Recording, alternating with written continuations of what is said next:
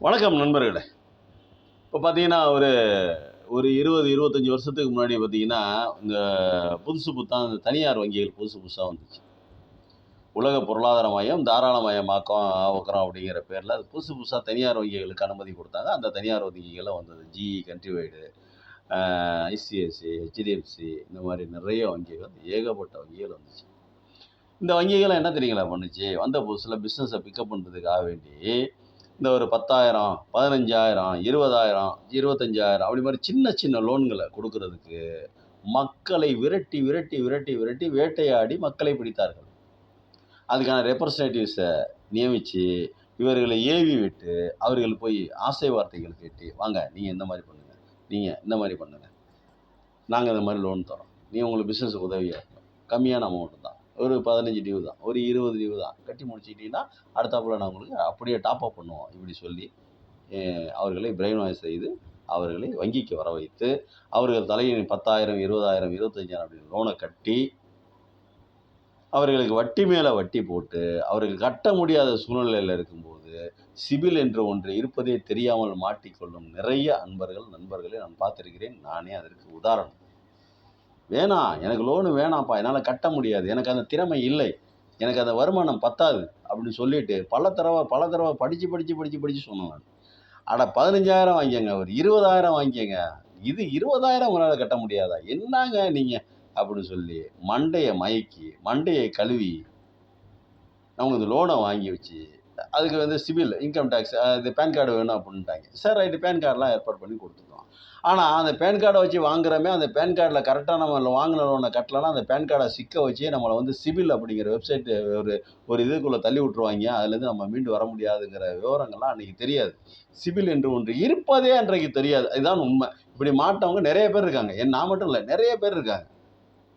கடைசியில கட்ட முடியாத இவங்களே என்ன பண்ணுவாங்க, ரெப்ரசன்டேட்டிவ் செட் பண்ணுவாங்க. அவங்க நம்மள்ட்ட பேசுவாங்க. மைண்ட மாத்த சொன்னாங்க.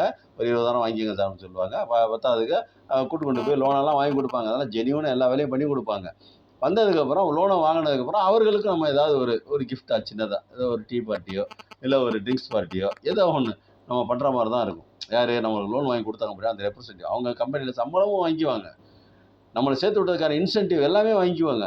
நம்மள்ட்டயும் ஏதாவது ஒண்ணு நம்மளும் சரி நம்ம வறுமையான ஒரு சூழ்நிலை இருக்கும்போது, நமக்கு இந்த மாரி ஒரு கடன கண்ணி எல்லாம் வாங்கி குடுத்தாங்களே, அப்படி நமக்கு ஏதாவது ஒண்ணு செய்வோம் அப்படின்னு சொல்லிட்டு. இந்த மாரிலாம் செய்றது. அந்த மாரிலாம் செஞ்சு, அவர்கள் போய் விடுவார்கள் நம்ம தலையில லோன கட்டி. வாங்குனவங்க மண்டைய பிச்சுக்கிட்டு உட்கார்ந்துருக்கணும். கட்ட முடியாத சூழ்நிலை இனிமே கட்ட முடியாதுப்பா அப்படிங்கிற நிலைமை வரும்பொழுது, அத கொண்டு போய் சிபில்ல ஏத்தி விட்டுருவாங்க அந்த வங்கிக்காரங்க. சிபில்ல ஏத்துனத திருப்பி என்ஓசி நம்ம எல்லாத்தையும் அடைச்சு கொண்டு போய் குடுத்தாலும் என்ஓசிகள் சரியாக வழங்கப்படவில்லை. இழுத்தடிக்கப்படுகிறார்கள். நிறைய பிரச்சனைகள் இருக்கு. அந்த மாரி மாற்றம் தாங்க நானு. இப்போ பார்த்தீங்கன்னாக்க ஃபைனான்ஸ் பண்றேன். ஃபைனான்ஸ் வாங்கிக்கலாம். லோன் வாங்கிக்கலாம். ஹவுசிங் லோன் வாங்கிக்கலாம். பர்சனல் லோன் வாங்கிக்கலாம். அதுவும் தெளிவா படிப்பாங்க பாரு. அரசு வேலை செய்கிறீர்களா? தனியார் கம்பெனியில் ஊதியம் வாங்குறீர்களா? இன்கம் டாக்ஸ் கட்டுறீங்களா? இன்கம் டாக்ஸ் அசஸ்சியா நீங்க? இதெல்லாம் கேட்பாங்க.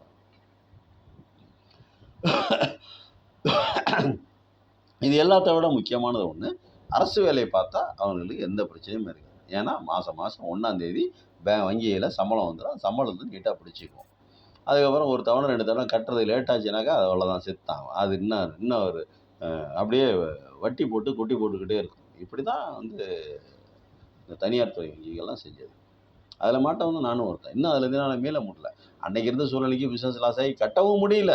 அதுக்கப்புறம் அந்த சூழ்நிலையிலேருந்து நம்மளால மீளவும் முடியல. இதே மாரி இன்னும் நெறைய பேரு, எனக்கு தெரிஞ்சவங்க நெறைய பேரு அசிங்கப்பட்டு, அவமானப்பட்டு, மிரட்டப்பட்டு, அசிங்கப்படுத்துவாங்க, அவமானப்படுத்துவாங்க, மிரட்டுவாங்க. இவ்வளோ வேலையும் பண்ணுவாங்க. இப்பயும் அதான் கேட்குறாங்க. என்னென்ன கேட்குறாங்க? இன்சூரன்ஸ நாங்க என்ன பண்ணி தர்றோம்? ஆ இஎம்ஐல பண்ணி தரோம். ஹெல்த் இன்சூரன்ஸ இஎம்ஐல பண்ணி தரோம். அது ஒண்ணு. வீட்டு லோன் பண்ணிக்கலாம். பிசினஸ் லோன் பண்ணிக்கலாம். கோல்டு லோன் பண்ணிக்கலாம். வாங்க, வாங்க, வாங்க, வாங்க, வாங்க, வாங்க அப்படின்னு கூப்பிட்டுக்கிட்டே இருக்காங்க. ஃபோன் வந்தமயமா இருக்குது. எனக்கு மூல நெறைய பேத்துக்கு போகுது. எங்கேயாவது எப்படியாவது ஒரு இடத்துல கண்டுபிடிச்சு ஃபோன் நம்பர் எடுத்துடுறாங்க. பேசுறாங்க. பேசி தயவு செய்து நான் ஒன்று சொல்லுகிறேன். இளைஞர்களுக்கு, நண்பர்களுக்கு, உறவினர்களுக்கு, உற்றார்களுக்கு, தமிழர்களுக்கு அனைவருக்கும் நான் ஒன்று சொல்கிறேன். இந்த மாரி போய் மாட்டிக்காதீங்க. ஒரு லோன் வாங்குறோம் அப்படின்னா, அதற்கு என்னென்ன த தாஸ்தாவேஜுகள் வேணும், அதெல்லாம் ரெடி பண்ணிக்கிட்டு, லோன் வாங்குறதுக்கு முன்னாடி, நம்ம இந்த லோன கட்ட முடியுமா? இந்த லோனை கட்டுவது அது 10,000 இருந்தாலும் சரி, 1,00,000 இருந்தாலும், 10,00,000 இருந்தாலும், 10,00,00,000 இருந்தாலும் சரி, இதெல்லாம் நம்ம வாங்குற லோனுக்கு நம்மளால பணம் கட்ட முடியுமா? அந்த அளவுக்கு நம்ம பிசினஸ்ல வருமானம் வருதா? பிசினஸ்ல இன்க்ரீஸ் பண்ண முடியுமா? ஒருத்தருக்கு சின்னதா ஒரு வருமானம் வந்துகிட்டு இருக்கும். அவர் வந்து சின்னதா வியாபாரம் பண்ணிக்கிட்டு இருப்பாரு. இத வந்து பெருசுபடுத்தணும்னு நினைப்பாரு. ரூ. 10,00,000 லோன் கேட்பாரு. வங்கி குடுத்துரும். ஒண்ணும் பிரச்சனை இல்ல. பேப்பர்ஸ் எல்லாம் ரெடி பண்ணி தரதுக்கு தான் இன்னைக்கெல்லாம் வந்து நெறைய மனிதர்கள் இருக்கிறாங்க. பேப்பர்ஸ் எல்லாம் ரெடி பண்ணி லோன் வாங்கி குடுத்துருவாங்க. ஆனா, வாங்குற வரைக்கும் நல்லா தான் இருக்கும். வாங்குனதுக்கு அப்புறம் நல்லா தான் இருக்கும். 1 மாசம் வரைக்கும். அது ஒரு 3 மாசம் வரைக்கும் நல்லா தான் இருக்கும். ஏன்னா கையில பணம் இருக்கும். அத கட்டிருவோம். அதுக்கப்புறம் பிசினஸ்ல அந்த வருமானம், அதுக்கு கட்ட வேண்டிய அமௌண்ட், அதுக்கப்புறம் நம்ம சாப்பிடணும், நம்ம குடும்பம் இருக்கு, நம்ம செலவு இருக்குது. இதெல்லாம் சிந்திச்சு பார்த்து, நமக்கு அந்த வருமானம் வருமா? இதில வாங்குன 10,00,000மோ, 1,00,000மோ இந்த பணத்த நம்மளால கட்டிட முடியுமா? அப்படின்னு ஒரு தடவைக்கு 15 தடவ நன்றாக சிந்தித்து, அதுக்கப்புறம் லோனுக்கு ஓகே சொல்லுங்க. எந்த பேப்பர் சரியில்லைனாலும் உடனே அதுக்கு ரெமெடி இருக்குது. உடனே சரி பண்ணி லோன் வாங்கி குடுத்துருவாங்க. ஆனா லோன் வாங்குனதுக்கப்புறம் கட்ட முடியலன்னா, ப்ராப்பர்ட்டிக்கு பிரச்சனை, வீடு நிம்மதி இழந்து போகும், குடும்ப சந்தோஷத்த இழந்து போயிரும், சிபில கொண்டு ஏத்தி விட்டுருவானுங்க. இப்படி பல பிரச்சனைகள் இருக்கு. அதனால தயவு செய்து அன்பர்களே, என் இனியவர்களே, என் இனிய தமிழ் மக்களே, லோன் வாங்குறதுக்கு முன்னாடி அந்த பணம் நம்மளால கட்ட முடியும் என்று 100% 100க்கு 110% நம்பிக்கை இருந்தால் மட்டுமே லோன் வாங்குங்க. இல்ல அப்படின்னா, சிறுபிள்ளைத்தனமாக லோன் வாங்கி கொண்டு மாட்டிக்காதீங்க. மாட்டிக்கிட்டு முழிச்சீங்கன்னா, அந்நேரத்துக்கு வந்து யாரும் காப்பாத்த முடியாது. ஒண்ணு அந்த வாங்கிய லோனுக்கு எதையாவது ஒண்ணு நம்மள்ட்ட இருக்கிற சொத்த ஜப்தி பண்ணணும்னு சொல்லுவாங்க. இல்ல அப்படின்னாக்கா, வேற வழி இல்ல. நீங்க அந்த மாரி தான் வித்தாகணும். அந்த மாரிலாம் நெறைய வித்து சொத்துக்களை வித்து பணத்தை கட்டிய நபர்களை எனக்கு நன்றாக தெரியும். அ அதனால தயவு செஞ்சு யாரு ஃபோன் பண்றாங்க? எதுக்காக ஃபோன் பண்றாங்க? அப்படின்னு போய் மாட்டிக்கிட்டு முழிக்காதீங்க.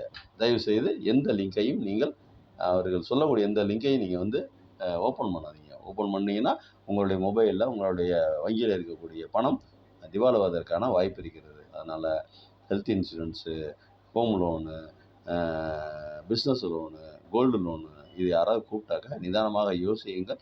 எந்த கம்பெனி, எந்த பேங்க்லேருந்து கூப்பிடுறாங்க, எந்த வங்கியிலேருந்து கூப்பிடுறாங்க அப்படிங்கிறத நீங்க வந்து அலசி ஆராய்ஞ்சு, முக்கியமா உங்களுடைய வருமான நிலையை அலசி ஆராய்ஞ்சு லோன் வாங்க முடியும்னா வாங்கிக்கங்க. நன்றி.